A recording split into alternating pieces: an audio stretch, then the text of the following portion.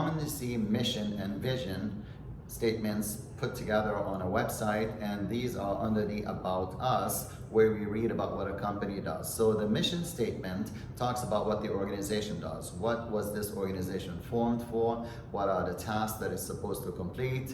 What does it measure itself by? The objectives that it was set up to do. That's what the organization does. So a training company's mission could be to educate the general population on best practices and maybe in a certain field.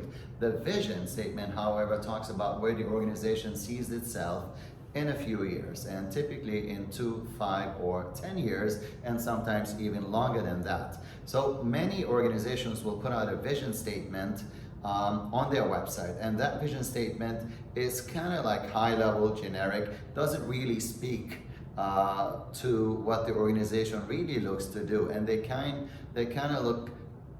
of sound like politically correct. And when you read it, you can't really understand. And there's a reason why they do this, because there's competition. So if I was in the technology field, if I was making telephones or making cable lines or whatever it is, I'm not going to be that clear about what it is that I aim to be or do in a few years, because my competition can easily look at that and try to figure me out and replicate and maybe be ahead of the game. So there is no intention to be really clear on my vision that I put out there for the public to see. However, internally, the organization needs to have a proper vision statement. Every new leader that comes to an organization tends to focus on a certain vision.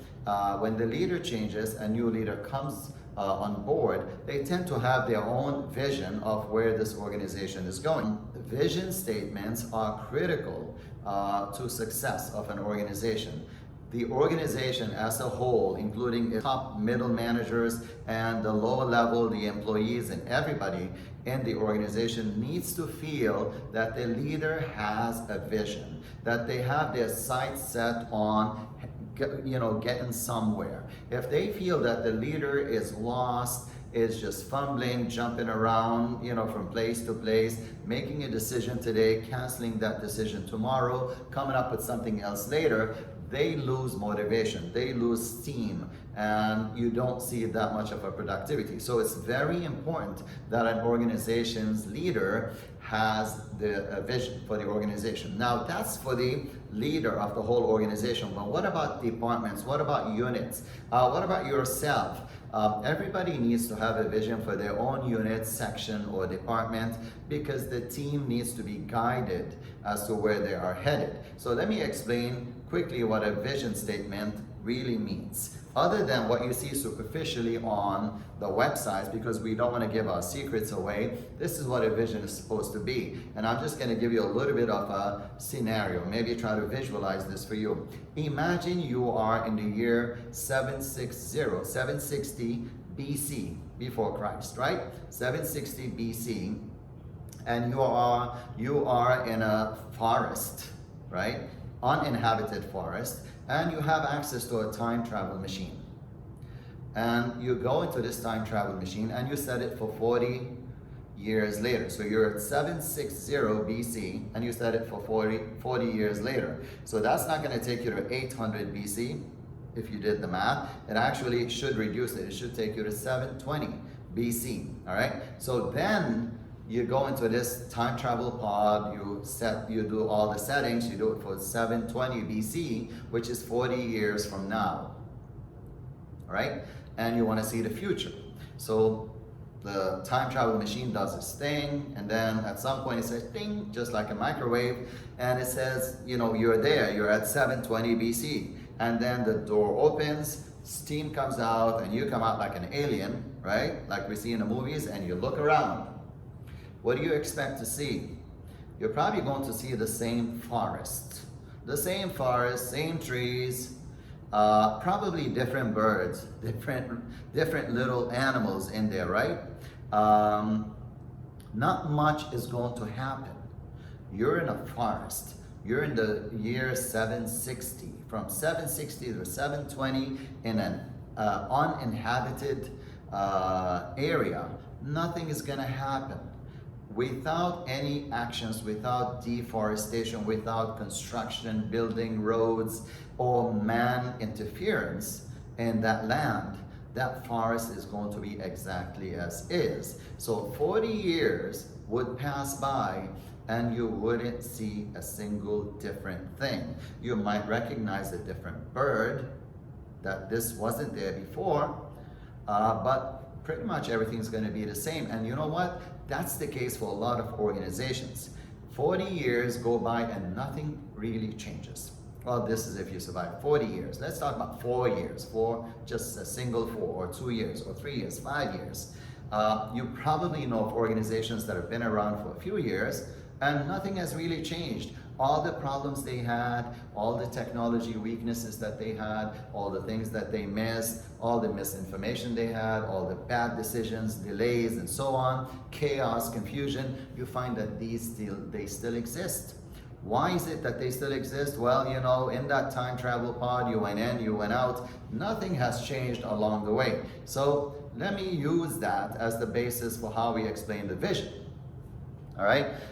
If you want a better future, if you want 720 BC to be better than 760 BC, somebody's got to go there and make some changes, right? That vision is the result of all that happened in the 40 years from 760 to 720 BC. That vision for your organization displays the new you after you've made all changes within a certain number of years. So let's look at it like this. Over here on the left, what you see is now. What you see on the right is later, okay?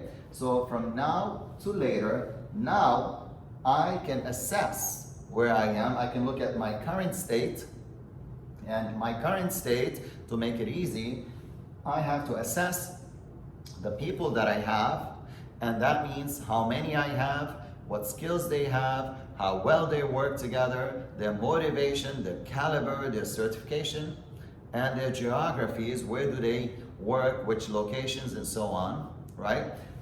This is the people. And the processes, these are the workflows that we use for approvals, reviews, decision making, actioning, approving, recruitment, any process that you have for change management, risk management, for evaluations, for contract management. So these processes that exist inside your organization now. And then the tools, right? The tools is the technologies, the databases, the mainframes, the workflow systems that you have, document management systems, CRMs, ERPs, or it could just be machines that you have. So these are your tools, the computers, for example. And now look at the combination of all, the people, the processes, and the tools. PPT, people process tool, that represents you now. This is your current state. This is where you currently stand, right? If I'm going to assess your organization as a consultant, I'm going to check your people and your process and your tools. And I'll tell you that this is where you are. These are your weaknesses. How do I know you have weaknesses? Well, you're gonna tell me what you aim for. What is your vision? If you tell me I intend to become number one, or we want to be holding 20% of the market share in a specific area, then I'm going to tell you that if you want to do this, you're going to need certain capabilities, certain number of people. You're going to need certain processes to be in place, certain capital assets, certain intellectual assets for you to get this done, right? So I assess you on your current state based on what your ambitions are, and I say this is where you stand right now, and this is where you want to be. Where you want to be requires these certain capabilities, and these capabilities are going to be an enhancement compared to where your people, process, and tools are right now.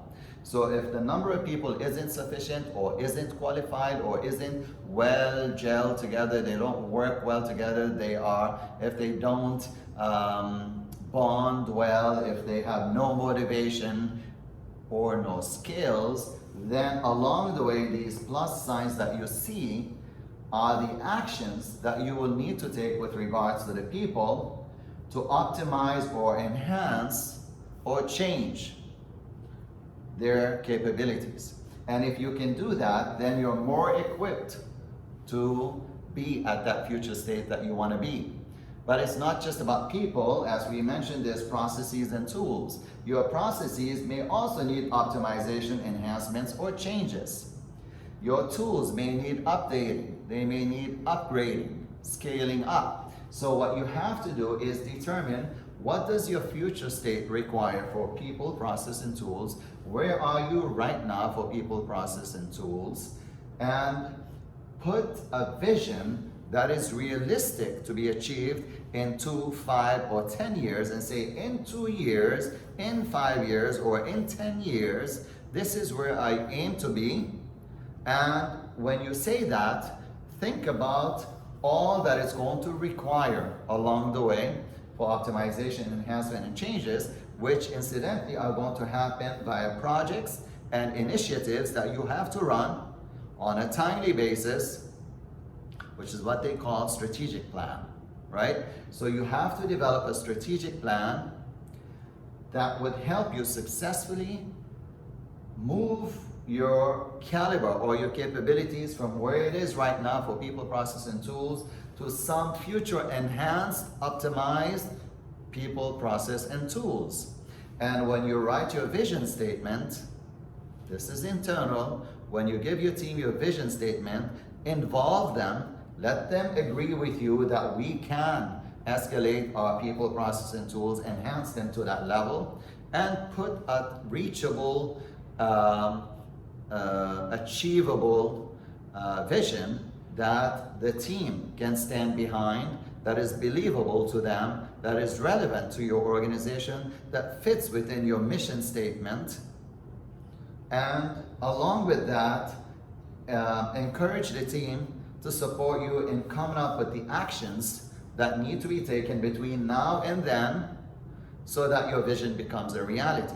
So vision statements are put in high level on websites, but when it comes down to your own organization and you want them to stand behind that vision, and you want to make a statement that you're not going to back out from eventually, one that you will deliver, make sure you've considered all the actions that are required for you to go from here to there. And don't overshoot, don't overestimate, be realistic as to what you can do with your people, process, and tools. So for example, if you have limited funding, or you have limited exposure, or you don't have all the proper experience, then size it up based on what you're actually able to do. And you know, we usually do that with a SWOT analysis. So we do that with a SWOT, strengths, weaknesses, opportunities, and threats. See what your strengths are, see where your weaknesses are. Be realistic as to what sorts of optimization and enhancements you can do that take you closer to where you want to be. Set your target to be something realistic that you and the team can work on and deliver, and then write that vision statement. Don't say we're gonna go and conquer the whole world if you have one horse, right? Say we're gonna conquer the next house, with one horse, right? So based on your capabilities, funding, and such, right? Put realistic targets, right, with your team based on what you can optimize, enhance, and change within a certain period of time through projects and initiatives that you can afford to do, so that in the next 2, 5, or 10 years, those changes will suffice to put you at a future state that has that optimized version of you. And that's how you write your vision statement. So this is how you think about it when you want to put your vision statements together. So if you are leading your own team or your organization, this could be a good time for you to revisit that vision statement. Forget the one that you put out there on the website for people to see. Think about, what does your team see, and reevaluate that. Sit with your team, and you'll be amazed, right, at how much interest your team might have in helping you develop a realistic vision that speaks of a future state of us that we believe we can reach and we can stand behind. Thank you very much for watching. My name is Shehab. If you like this video, please click the like button If you think somebody else would benefit from it, share with them. I would appreciate it. And if you haven't subscribed yet, please click the subscribe button for more videos like this. Thank you and see you on the next video. Bye-bye.